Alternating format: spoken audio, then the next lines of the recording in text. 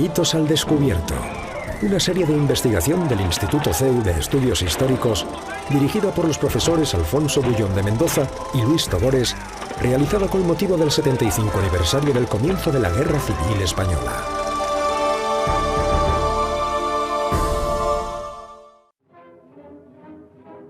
En Madrid, el 18 de julio de 1936, los generales sublevados Fanjul, García de la Herrán y Villegas se atrincheraron en el cuartel de la Montaña y en las instalaciones militares de campamento.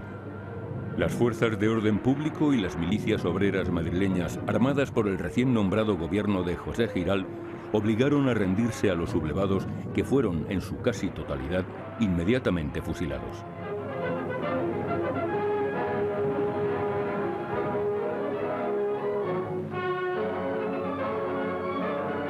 La Batalla de Madrid, otoño de 1936. El golpe de Estado había fracasado en gran parte de España, dando paso a una guerra civil de consecuencias inimaginables para cualquiera de los dos bandos enfrentados. El territorio español quedó dividido en 4 zonas, 2 en poder de cada bando, aisladas entre sí. Ante el fracaso del golpe de Estado, los generales rebeldes están convencidos que, tomando Madrid, se alzarían con la victoria.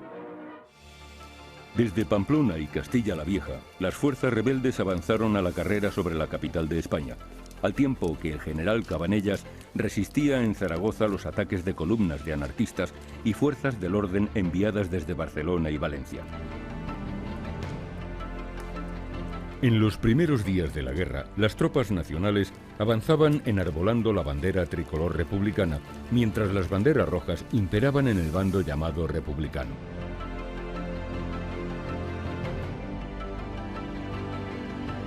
Somosierra era una de las llaves para entrar en Madrid. El plan de los hermanos Miralles, con su pequeña milicia monárquica de Renovación Española, de apoderarse del puerto para permitir el paso a las columnas de Mola, terminó con la aniquilación de sus voluntarios partidarios de Alfonso XIII. Desde Valladolid, Burgos y Salamanca, unidades del ejército de la 6ª División de los generales Saliquet y Ponte, a las que se habían unido 4.000 falangistas castellanos, avanzaron sobre Madrid en dirección a la Sierra de Guadarrama por el paso de montaña del Alto del León.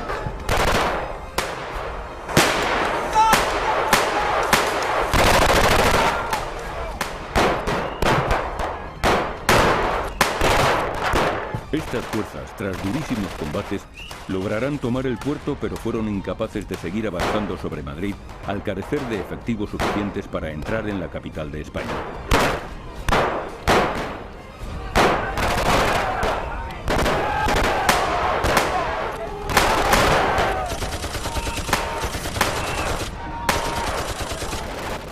Comenzaba la batalla por Madrid, un largo ciclo de grandes combates que se prolongará a lo largo de más de 900 días. Una campaña en la que defensores y atacantes demostrarán enorme valor y capacidad de sufrimiento, y en la que la población civil de la capital padecerá enormes penurias. Madrid será la única gran batalla de la guerra civil que ganará la República.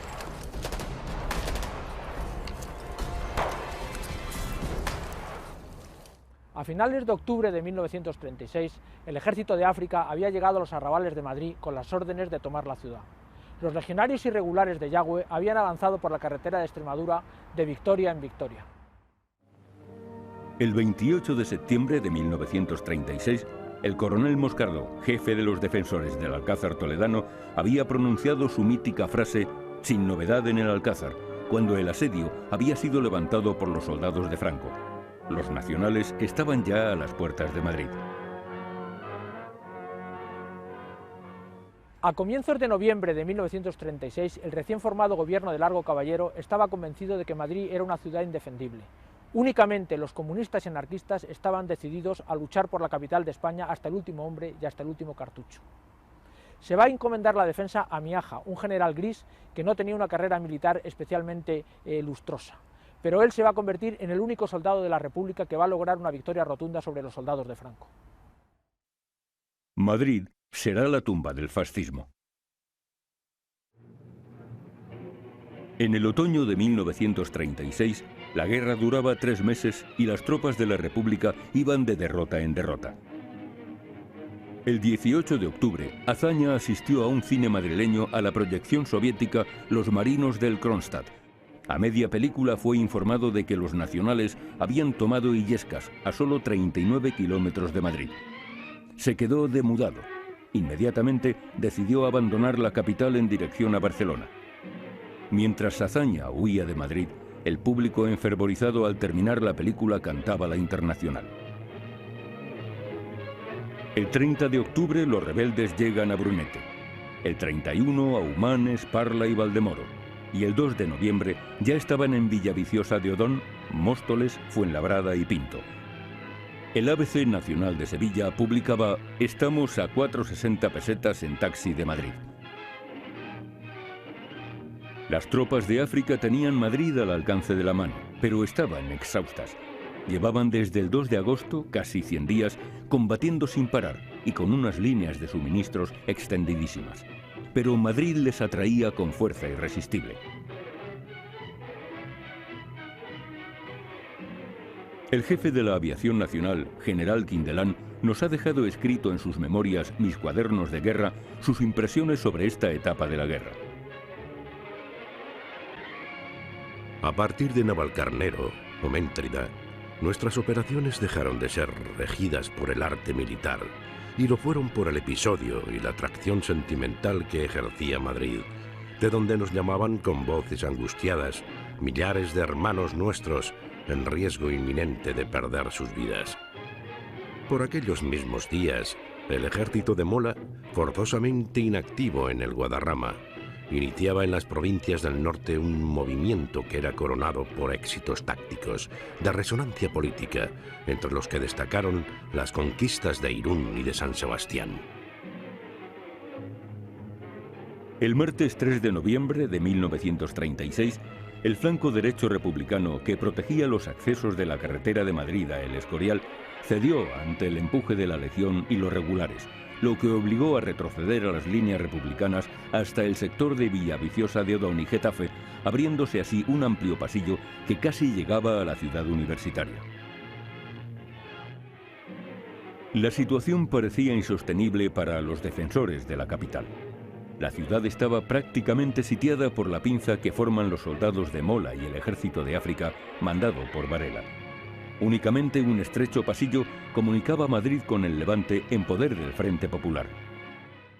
Mientras tanto, en Madrid se arengaba a la población para mantener su moral con consignas como «no pasarán» y afirmaciones como «Madrid será la tumba del fascismo». La ciudad se preparaba a resistir un ataque inminente. El 6 de noviembre a las 6:45 de la tarde, el socialista y jefe del gobierno Largo Caballero y los miembros de su gabinete, al que acaban de incorporarse varios ministros anarquistas, huyeron de Madrid camino de Valencia por miedo a caer en manos de los sublevados. Estaban convencidos de que la defensa de la ciudad era imposible. Antes de salir de Madrid, Largo Caballero encargó la defensa de la ciudad al general Miaja. Le ordenó: debe defender la capital a toda costa, al menos durante 7 días. En Tarancón, los milicianos anarquistas de la Columna del Rosal habían montado un control de carreteras. Mandaba el grupo un jefecillo de nombre Villanueva, destacado pistolero de la CNT y compañero de cárcel de Cipriano Mera.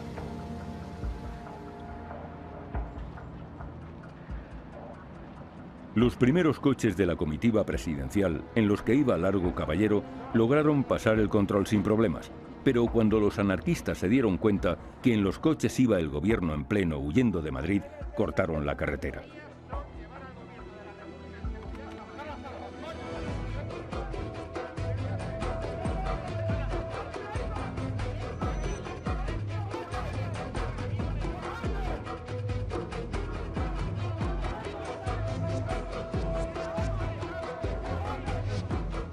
El ministro de Estado, el socialista Álvarez del Valle, fue bajado a golpes de su coche y zarandeado. Los anarquistas estuvieron a punto de fusilarle allí mismo.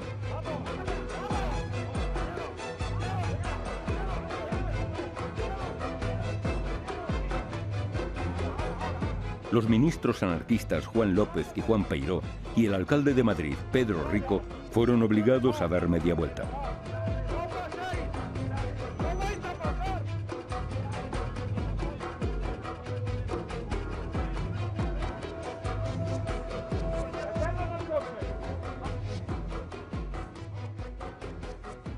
Solo una pequeña parte de la comitiva gubernamental fue autorizada a continuar el viaje a Valencia.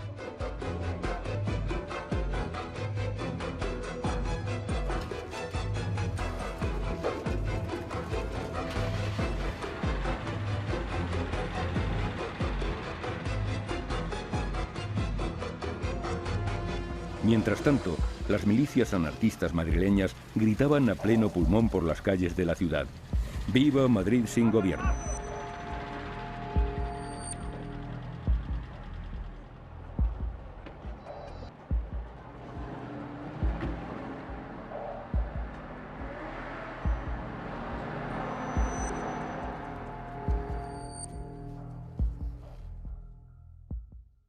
Miaja, héroe de la defensa de Madrid.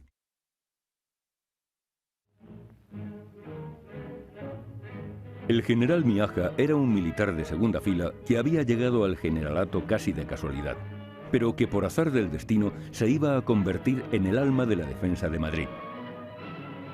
Nada más hacerse cargo del mando de las tropas que defendían la capital, fundó un órgano para el gobierno de la ciudad. Nacía la Junta de Defensa de Madrid. Miaja y su Estado Mayor se convirtieron en los verdaderos dueños de la ciudad. Yo creo que en la batalla de Madrid el hombre fundamental es Miaja, sobre todo el hombre que aglutina la voluntad, que lleva el ánimo a los madrileños. Rojo es el cerebro militar, pero Miaja ocupa un lugar mucho más importante, que es el de movilizar a la gente, desde luego apoyado por los responsables de las milicias, pero Miaja es un hombre que se hace con la voluntad de los madrileños partidarios de la República. Yo creo que Miaja es realmente el hombre de la defensa. Cuando el gobierno socialista renunció a defender la ciudad, Miaja reunió a los jefes de las milicias, Cipriano Mera, Lister, El Campesino, Álvarez Coque, Galán, Prada, Barceló, y les arengó. El gobierno se ha ido. Ha llegado el momento de ser hombres. ¿Me entienden? De ser hombres machos. Si hay alguno que no se sienta capaz de morir, más le vale decirlo ahora. Nadie respondió. Era lo que esperaba de ustedes. Pasen por el Estado Mayor a recibir órdenes. Buenas noches y mucha suerte. En noviembre de 1936, únicamente los comunistas, numéricamente poco importantes, y los anarquistas parecían decididos a resistir en Madrid hasta el último hombre y hasta el último cartucho. Efectivamente, yo creo que los anarquistas cumplieron un papel muy importante en la defensa de la ciudad, sin duda, desde el punto de vista numérico y quizás también desde el punto de vista cualitativo. Pero de una forma o de otra, los grandes discursos de la defensa, las grandes justificaciones de la defensa, las grandes legitimaciones de la defensa, pues corrieron sobre la base de los comunistas. Esto creo que tampoco hay duda en absoluto. Es decir, nosotros tenemos que distinguir la defensa de Madrid entonces, lo que es el discurso del momento, lo que es el discurso que recoge la historia, que siempre va a ser muy favorable para los comunistas, y lo que es la realidad de los hechos, donde efectivamente el mundo sindicalista, es decir, el mundo anarcosindicalista en su conjunto, tiene bastante que decir. En hombres, no hay duda, también en disciplina, en aceptación de criterios militares, en aceptación, por lo tanto, de parámetros de disciplina y en capacidad y moral de combate. Pero es verdad que el gran reconocimiento que en aquel momento se hizo, el porcentaje mayor correspondió a los comunistas. Es probable que bastante injustamente. Los comunistas son decisivos en la defensa de Madrid, en la resistencia, pero desde luego también lo son los anarquistas, por lo menos en cuanto a, por lo que se refiere a la voluntad y a la movilización. Lo que pasa es que los anarquistas posteriormente van pasando a tomar un papel menos fundamental. Los comunistas, sobre todo, lo que tienen es la gran importancia de ser unos grandes organizadores. El Quinto Regimiento es la base muchas cosas y base de una parte del ejército de la República. Y el 5º Regimiento juega un papel decisivo en la defensa de Madrid. Miaja va a ser, gracias a su apoyo, el héroe de Madrid, el mejor soldado con que contó la República a lo largo de toda la guerra. Las matanzas de Paracuellos del Jarama. En noviembre de 1936, Madrid era una ciudad muy insegura. Los controles montados por las distintas milicias obreras permitían que cualquier miliciano pudiese exigir la documentación a los transeúntes y, si no le gustaba su aspecto, detenerlo y seguidamente asesinarlo impunemente. En los terrenos que eran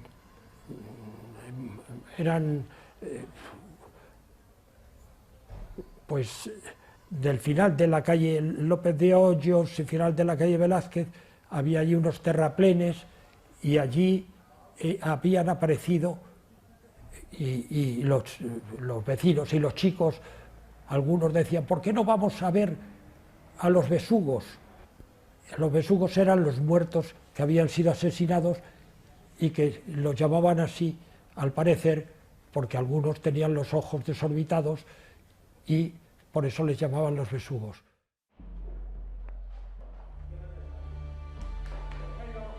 Ricardo Amor Nuño, un anarquista miembro de la Junta de Defensa de Madrid, defendía que la justicia de los milicianos robustecía la moral revolucionaria del pueblo y les comprometía en la lucha a vida o muerte en que se encontraban inmersos. Las milicias de vigilancia de retaguardia, que teóricamente dependían del ministro de Gobernación, el socialista Ángel Galarza, eran en la práctica absolutamente autónomas. Los ejércitos particulares de los partidos políticos y sindicatos tenían más poder que las fuerzas del orden al servicio del gobierno de la República. Los comunistas, apoyados por grupos anarquistas, aprovecharon el vacío de poder que se vivía en Madrid para llevar adelante el genocidio de un enorme número de madrileños. A partir del 7 de noviembre de 1936, comienza, bajo la dirección de Santiago Carrillo, la masacre de cerca de 4.500 hombres detenidos en las cárceles madrileñas de Porlier, Modelo y Ventas. La mayoría estaban detenidos desde antes del comienzo de la guerra. Eran militares, sacerdotes, miembros de profesiones liberales, empleados, intelectuales y muchos falangistas.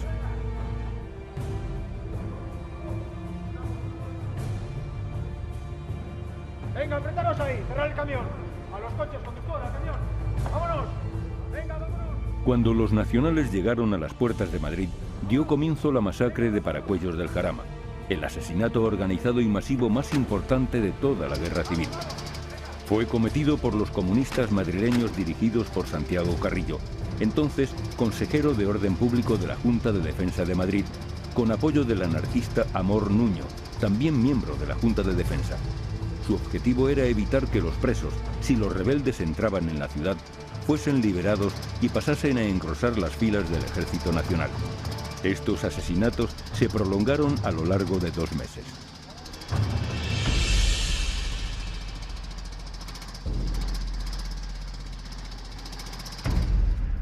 Los hechos de Paracuellos comienzan por una reunión de la cual encontré el acta en los archivos del movimiento libertario, en la Fundación Anselmo Lorenzo. Se reúnen la misma noche en que llegan las tropas franquistas a los arrabales de Madrid, se reúnen, según el detalle que da Amor Nuño, que era el representante del movimiento libertario en una de las áreas de la Junta de Defensa, se reúnen en las cúpulas del movimiento libertario en la Junta de Defensa y de las JSU, es decir, comunistas, Juventudes Socialistas Unificadas que eran comunistas. Amor Nuño firma ese informe y por tanto sabemos que él estuvo en esa reunión. De la cúpula de las JSU no sabemos quién estuvo porque no hay constancia documental. La cúpula de las JSU eran o Santiago Carrillo o José Cazorla, pero no hay ninguna constancia documental de que Carrillo estuviera en esa reunión que decidió realizar aquellas sacas y aquellas matanzas. Pero ahí realmente Lo que hay de novedoso en la aparición de ese acta es que efectivamente los anarquistas participaron de una manera planificada, no ya en matanzas hechas por milicianos incontrolados, sino una matanza planificada en la que ellos estuvieron. Aparte era lógico, sin ellos no se podría hacer, porque controlaban las milicias de etapas, que eran las que controlaban a su vez todas las carreteras de salida de Madrid, ¿no? Miaja sabía lo que estaba ocurriendo. No hizo nada para evitarlo, más preocupado por defender Madrid que por lo que ocurría en su retaguardia. Necesitaba el fundamental apoyo de comunistas y anarquistas para conservar la ciudad. Sin su colaboración, la defensa de Madrid hubiese sido imposible. La radio de los nacionales denunció desde un principio los crímenes que se estaban cometiendo impunemente en Madrid. La Junta de Defensa desmintió el 14 de noviembre la existencia de asesinatos en Paracuellos del Jarama. Cuanto se diga de este asunto es completamente falso. Ni los presos son víctimas de malos tratos, ni mucho menos deben temer por su vida. Todos serán juzgados dentro de la legalidad de cada caso. Mientras todo eso ocurría, se combatía con enorme fiereza en las trincheras de la ciudad universitaria y en los arrabales de Madrid.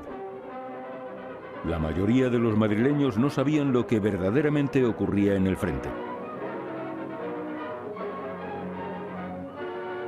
El periodista estadounidense E. Noblack ha dejado escrito: Entre los soldados se repartía un periódico de una sola página, especialmente editado para ellos, y que contenía solamente aquellas noticias que, según el gobierno, los milicianos debían leer.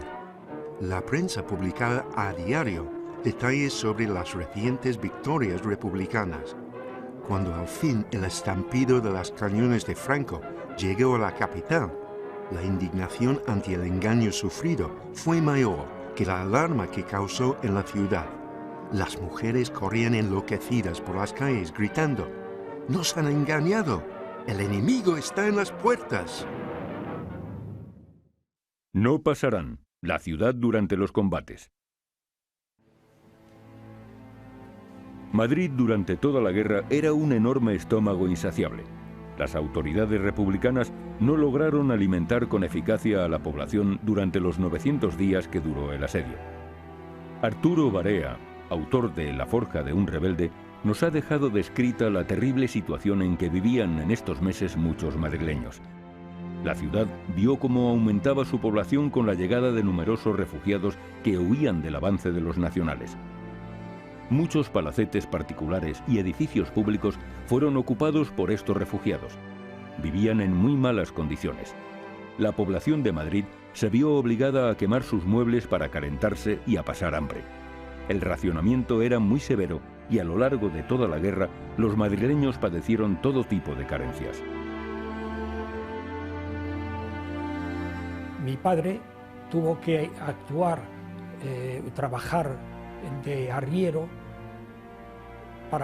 y que iba a los pueblos, Barajas, Paracuellos, a Jalbir, luego a los pueblos de Toledo para conseguir comida. Y lo conseguía a base de trueque. El negocio del trueque en Madrid se instaló incluso en la calle actual de Conde de Peñalver, que era la calle de Torrijos. Pues había manteros, porque eran puestos que realmente era poner una manta, y se intercambiaban agujas por hilos, por alimentos. Y recuerdo que comíamos verdolagas, acederas de burro, es decir, hierbas del campo, que se cocían 2 o 3 veces, y algunas veces se conseguía algo de pan, y las célebres lentejas de Neglín, las píldoras de Neglín, que eran lentejas con sus bichitos negros que flotaban cuando se cocían. Madrid, en otoño de 1936, tenía más de 1 millón de habitantes. Los pocos alimentos que entraban en la ciudad eran acaparados por los sindicatos y partidos políticos. Los milicianos controlan el racionamiento, siendo repartidos los alimentos disponibles casi exclusivamente entre los afiliados a los distintos sindicatos y partidos. Un carné político o sindical era una garantía de supervivencia en el Madrid del Frente Popular.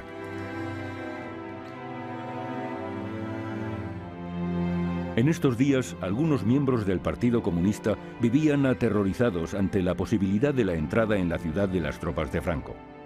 Alberti y su compañera María Teresa León se habían incautado de un palacio para su uso particular gracias a su privilegiada situación de intelectuales comunistas comprometidos. Vivían en medio del lujo más escandaloso. Alberti y su corte estaban lejos de los peligros del frente y de las apreturas que sufrían el resto de los madrileños. En una visita que les hizo el poeta comunista y combatiente Miguel Hernández, al ver en una pizarra el menú del que disfrutaba Alberti y sus amigos todos los días, no pudo resistir la sensación de asco que aquello le produjo. Puso de su puño y letra sobre el increíble menú: «Aquí hay mucha puta y mucho hijo de puta». En Madrid, a finales de 1936, no había depósitos de alimentos, no había trigo, no había pan, carecía de combustible y los madrileños no tenían ni leña ni carbón. Solo algunos camiones llegaban desde Levante trayendo pan, lentejas, combustible y las municiones fundamentales que necesitaban los defensores para mantener la ciudad. A Madrid llegaban algunos alimentos desde Levante y desde Cataluña. Los convoyes, enviados desde Barcelona por la Generalitat, intentan mostrar la solidaridad existente entre los partidos del Frente Popular, una solidaridad que solo existe verdaderamente sobre el papel. Como eran casitas pequeñas y generalmente tenían un pequeño patio, pues había quienes conseguían sobrevivir con gallinas, y nosotros había traído mi padre unos conejos, una coneja y un conejo, que naturalmente se reproducían con la velocidad que lo hacen estos animales, y mi hermano, que era 4 años mayor que yo, y yo mismo íbamos normalmente al campo en primavera, recogíamos hierbas que luego servían de alimento a los conejos y luego de los conejos de alimento a nosotros, a la familia. El 23 de diciembre de 1936, el médico canadiense Norman Bethune hizo en las trincheras de la ciudad universitaria la primera transfusión de sangre de la historia, en la que el donante no tenía que estar junto al receptor. Su descubrimiento va a salvar en el futuro millones de vidas. Durante toda la guerra no se interrumpieron en Madrid los espectáculos públicos, ni siquiera en los locales más próximos al frente.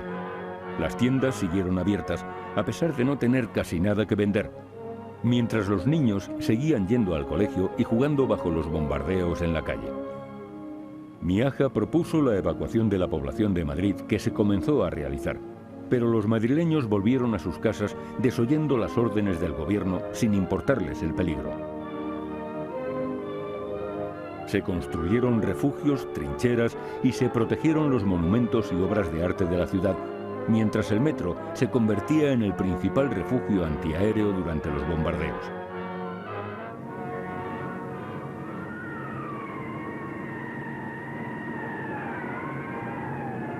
...6 de noviembre de 1936...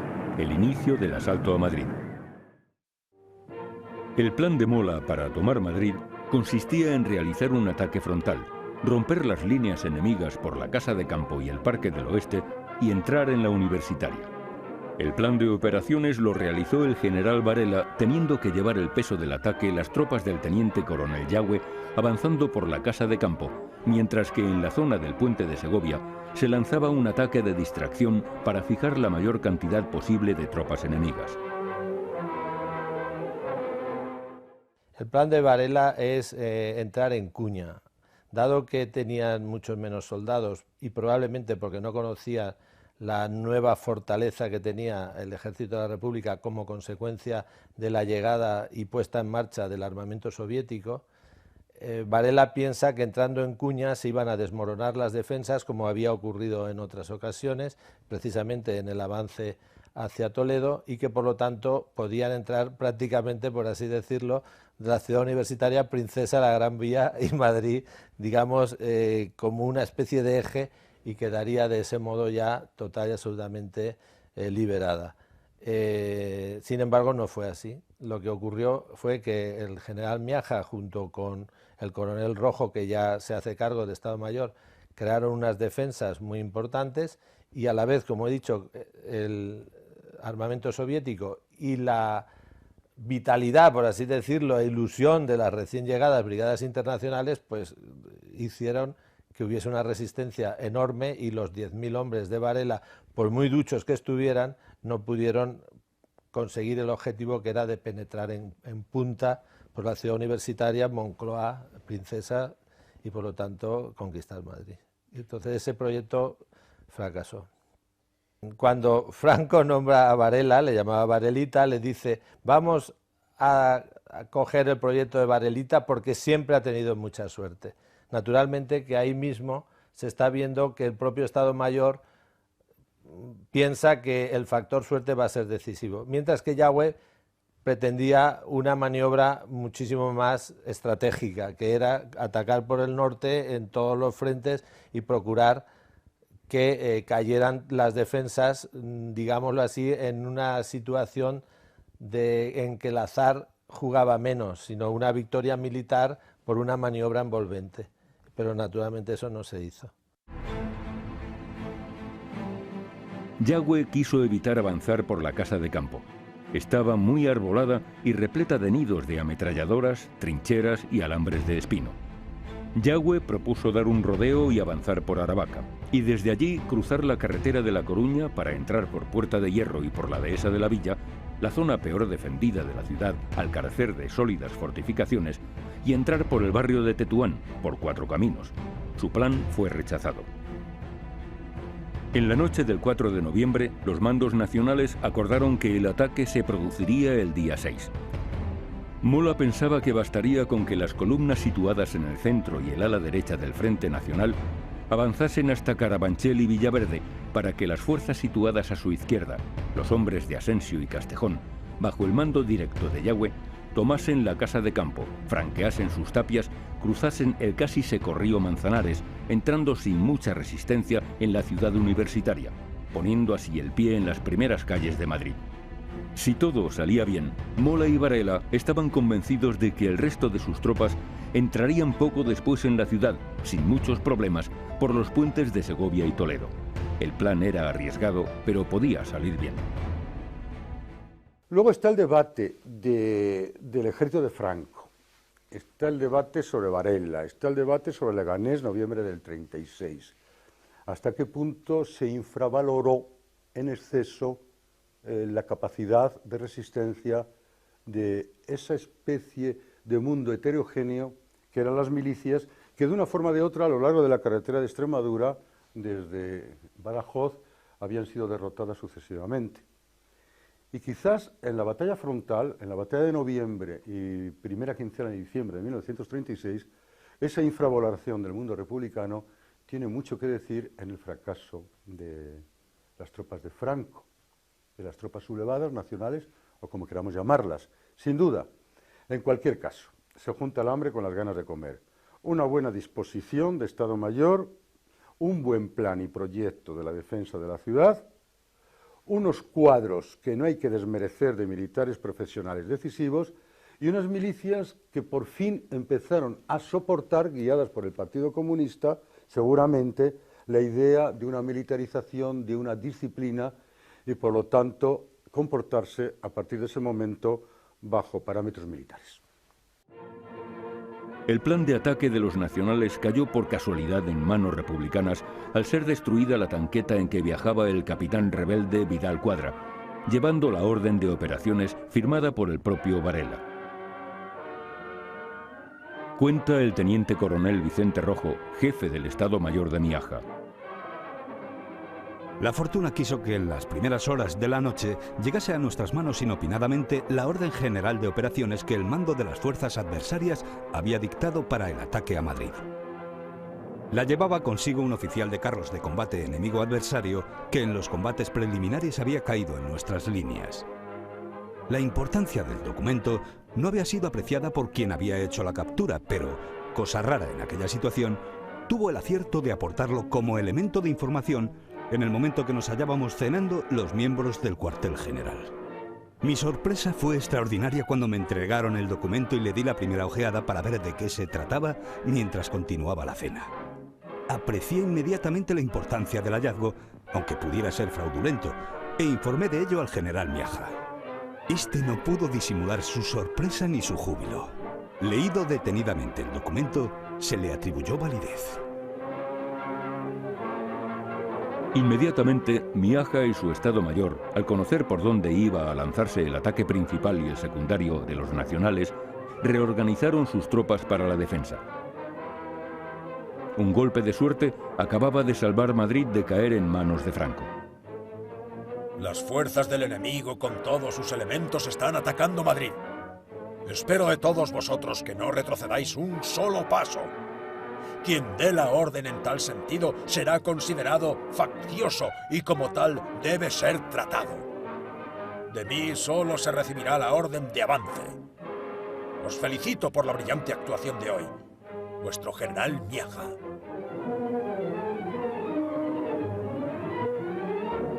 Rápidamente se organizaron nuevos batallones desde la Inspección General de Milicias. Agrupados por profesiones, se dirigieron al frente unidades de milicias formadas por barrenderos, peluqueros, empleados de artes gráficas, dependientes de ultramarinos, metalúrgicos y maestros. Junto a muchachos de 18 y 19 años, formaban hombres maduros de más de 40 años. Ellos iban a ser los que frenarían el avance del ejército de África en los arrabales de Madrid. Hay una historia importante que es la acción de Miaja y de Rojo. Miaja y Rojo, por primera vez desde que se da el golpe de Estado, consiguen imponer una organización a las tropas que defienden Madrid. Y aparte está también bastante claro que los milicianos que no tenían experiencia bélica, que no sabían pelear, pelean mucho mejor en una ciudad que en el campo abierto, donde eran fácilmente derrotados siempre. Yo creo que además Franco, es posible, eso se discute, ha cometido el error de entrar por el sur en vez de, como le decían algunos de sus asesores, incluido el coronel Yagüe, bordeando el norte y entrando desde ahí, donde había menos defensa. El día 7 de noviembre de 1936 comenzó el asalto de los nacionales tal como lo habían proyectado Mola y Varela, siendo precedido el ataque por una importante preparación artillera. Cuando se oyeron los primeros cañonazos, cundió el pánico entre los frente populistas. Muchos milicianos huyeron. La comunista Dolores Ibarruri, pasionaria, y Margarita Nelken se echaron a la calle encabezando a grupos de mujeres que insultaban, llamaban cobardes y escupían a los milicianos que huían del frente. La mayoría volvieron a las trincheras para seguir combatiendo. El 8 de noviembre las tropas nacionales han entrado en la Casa de Campo, ya han llegado a su valla y han alcanzado el río Manzanares. Inmediatamente la República va a lanzar todos sus hombres que tiene en Madrid, así como sus mejores recursos. Los T-26 rusos que han desembarcado en Cartagena se lanzarán a la batalla, pero estos carros, los mejores de la guerra civil, serán destruidos por legionarios irregulares con botellas de gasolina. El contraataque republicano ha fracasado. El día 10 de noviembre, los soldados del Ejército de África tomaron el Hospital Militar y la Plaza de Toros de Carabanchel. La artillería nacionalista bombardeaba ya la calle de Ferraz, zona por la que esperaban entrar los legionarios irregulares. Pero a pesar de estas victorias parciales, la realidad es que entre el 9 y el 15 de noviembre, Yagüe tuvo que dejar de avanzar para repeler los contraataques de las tropas de Miaja. El asalto a la ciudad universitaria y el cruce del Manzanares fueron en la práctica un fracaso. Los republicanos se defendían bien, con buena moral, peleando por cada metro de terreno. Para frenar a las tropas de Yagüe, Largo Caballero destinó al frente de Madrid a las primeras de las recién organizadas brigadas mixtas, la primera y la tercera. Con ellas llegaron al frente la agrupación de carros rusos T-26 mandada por el soviético Krivosein y la 11 Brigada Internacional de Kleber. Entre los días 10 y 14 se incorporan al frente de Madrid 5 brigadas mixtas y 2 brigadas internacionales. Las brigadas internacionales estaban mandadas por el comunista francés André Marty. La componían voluntarios extranjeros, la mayoría de ideología comunista, reclutados por orden de Stalin. Eran soldados valientes, disciplinados, muchos de ellos veteranos de la Primera Guerra Mundial, con una enorme moral de combate, fruto de su fuerte compromiso ideológico. En la defensa de Madrid tuvieron un papel destacado. Su llegada supuso una inyección de moral, de hombres y de experiencia bélica, que resultó fundamental para los defensores, aunque sus integrantes solo eran el 25% de las fuerzas que defendían la ciudad, por lo que resulta injusto adjudicarles el mérito de frenar a las tropas asaltantes. Un papel más importante tuvieron los carros de combate y los aviones rusos, sin cuya participación seguramente los regulares y legionarios habrían entrado en la ciudad. Bueno, las brigadas internacionales en el conjunto de la guerra pues, no representan gran cosa en el punto de vista militar. Se calcula que venían unos 30 y tantos mil voluntarios, 30 y poco mil, de los cuales quizá no hubiera nunca más de 15.000 al mismo tiempo en España. Es decir, cuando los ejércitos españoles de ambos bandos empiezan a nutrirse, son una cantidad bastante poco significativa. Jugaron un cierto papel en un determinado momento, que es la batalla de Madrid a primeros de noviembre de 1966, cuando las tropas de Franco dan el asalto a la capital. Ha habido un avance fulgurante desde Andalucía hasta Madrid, a través de Extremadura, a través de Talavera. Llegan a la capital. Si Franco hubiera ganado esa batalla, podía haber ganado la guerra, y es cierto que Madrid resiste.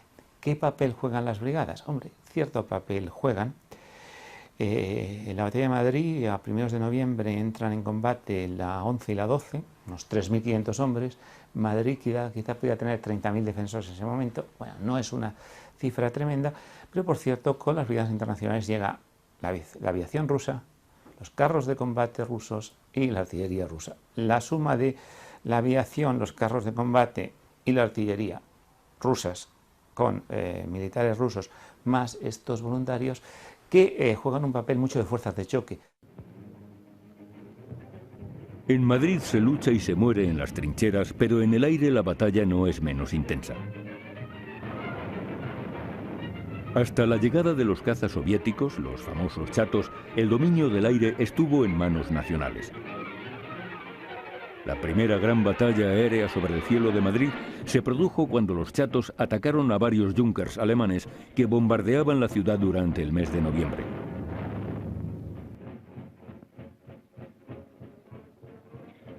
Los madrileños se convirtieron en espectadores de primera fila de los combates del arma del futuro.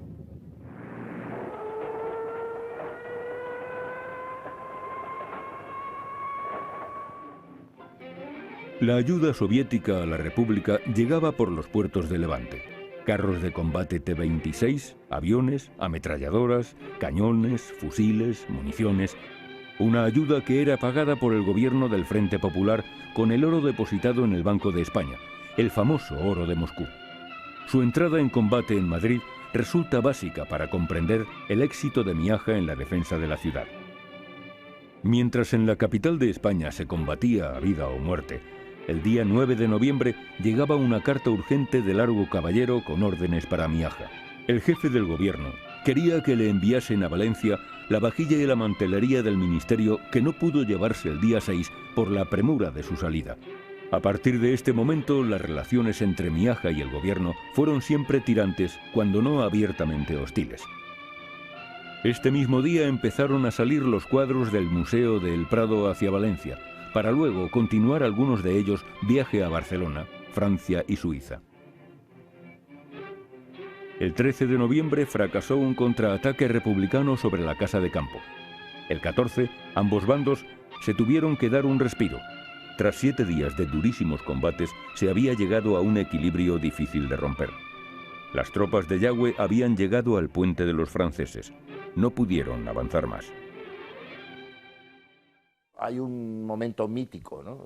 Es el de la defensa del puente de los franceses, que ahí además me parece importante recordarlo porque siempre se adjudica o a las brigadas internacionales o a milicianos comunistas o a quien sea, cada uno a los suyos, el gran mérito. Y el puente de los franceses, quien lo defiende son guardias de asaltos, a mando del comandante Romero, que hace una defensa realmente impecable. Yagüe recibe la orden de volver al ataque. El día 15, los nacionales están listos para lanzar un nuevo ataque sobre Madrid. Yagüe y Varela volvieron a discutir por dónde debían avanzar. Varela, duro e inflexible ante las dudas de Yagüe, impuso sus galones y acusó de cobardes a los soldados de Yagüe. Este le respondió: mañana entrarán en la universitaria, pero ya se verá quién sale. El jefe de la legión sabía que la tapia de la Casa de Campo y las riberas del Manzanares eran unos obstáculos casi insuperables para los carros de combate que tenían que apoyar a su infantería. Yagüe llevaba combatiendo sin parar desde el 17 de julio, casi 123 días sin casi dormir, de trabajar sin descanso, de combatir incesantemente. Su mala salud de hierro se resiente. La noche del 14 al 15, antes de dar comienzo el nuevo ataque, Yagüe cae gravemente enfermo. Su corazón le ha hecho una mala pasada. Varela ordena que se haga cargo del mando de la ofensiva el coronel García Escámez. Yagüe se libra de ver cómo se desangran sus legionarios y sus regulares ante las trincheras que defienden Madrid.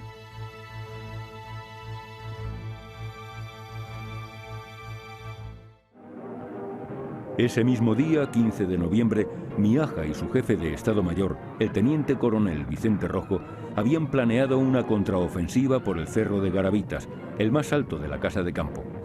Una ofensiva en la que los milicianos anarquistas de Durruti debían desempeñar un papel decisivo.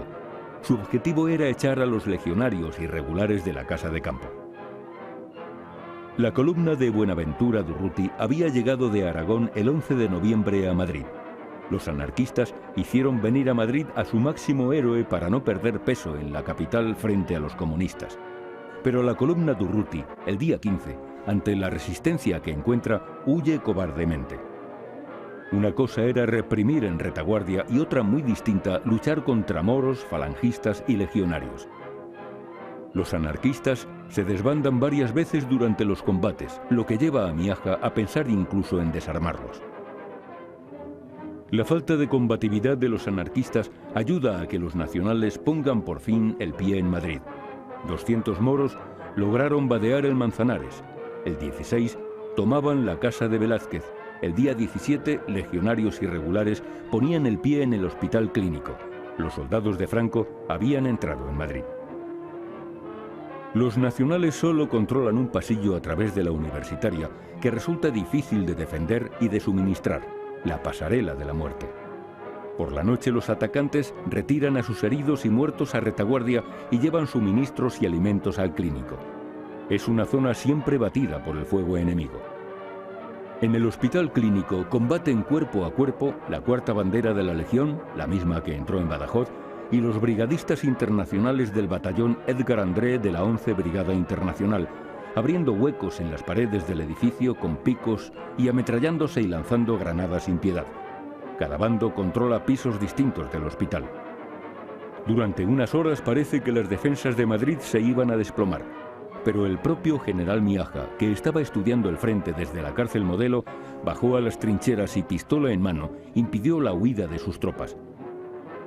Su secretario, Antonio López Fernández, ha contado cómo Miaja comenzó a gritar colérico. ¿A dónde vais los que os echáis para atrás? ¿Sois vosotros los soldados que defendéis Madrid? ¿No os da vergüenza ver a España en poder del moro? Al que retroceda lo mato. ¡A las trincheras de nuevo, cobardes! ¡Adelante otra vez y siempre! Los nacionales habían estado a punto de tomar al asalto la cárcel Modelo y entrar en el corazón de la ciudad por Moncloa. La dureza de los combates había llegado al paroxismo. Nadie daba cuartel. Las tropas nacionales están al borde del agotamiento tras 4 meses de continuos combates. El frente quedará estabilizado hasta el final de la guerra. El 20 de noviembre muere Durruti por causa de un disparo accidental. Ese mismo día, el jefe de Falange Española, José Antonio Primo de Rivera, es asesinado por los anarquistas en Alicante. El 23 de noviembre, los nacionales abandonan su plan de asaltar frontalmente Madrid. En Leganés se reunieron Franco, Mola y Varela. Deciden avanzar por Las Rozas y Pozuelo para cortar al enemigo las comunicaciones con la Sierra de Guadarrama y así aliviar la situación de sus tropas en la ciudad universitaria. A mediados de diciembre, Varela cae gravemente herido. Se hace cargo del mando el general Orgaz, que va a lograr tomar el Plantío y Las Rozas en enero de 1937, pero ya no pueden avanzar más. El general Miaja y su jefe de Estado Mayor, Vicente Rojo, habían logrado una victoria incuestionable en Madrid. Su éxito militar va a entrar a formar parte de la mitología de la República. Franco pudo entrar en la ciudad, pero careció de hombres y medios materiales para ocupar una ciudad con más de 1 millón de habitantes, bien mandada, bien defendida, donde sus soldados estaban perfectamente atrincherados y donde la moral de sus defensores era muy alta. Los nacionales habían podido tomar Madrid en noviembre y diciembre de 1936, pero su oportunidad ya había pasado. A primeros de enero de 1937 se puede considerar fracasado el ataque nacional sobre Madrid. La primera gran batalla ha terminado, aunque Franco sigue obsesionado por tomar la ciudad. No se resigna a la derrota. Va a intentar rendir Madrid cortando las carreteras que la unen con Levante. Si logra sus propósitos, los nacionales habrán puesto un anillo de fuego y acero en torno a la ciudad que terminará por estrangularla. Esta idea va a llevar a Franco y a sus generales a combatir en un futuro inmediato en las batallas del Jarama y de Guadalajara para lograr el control sobre la ciudad.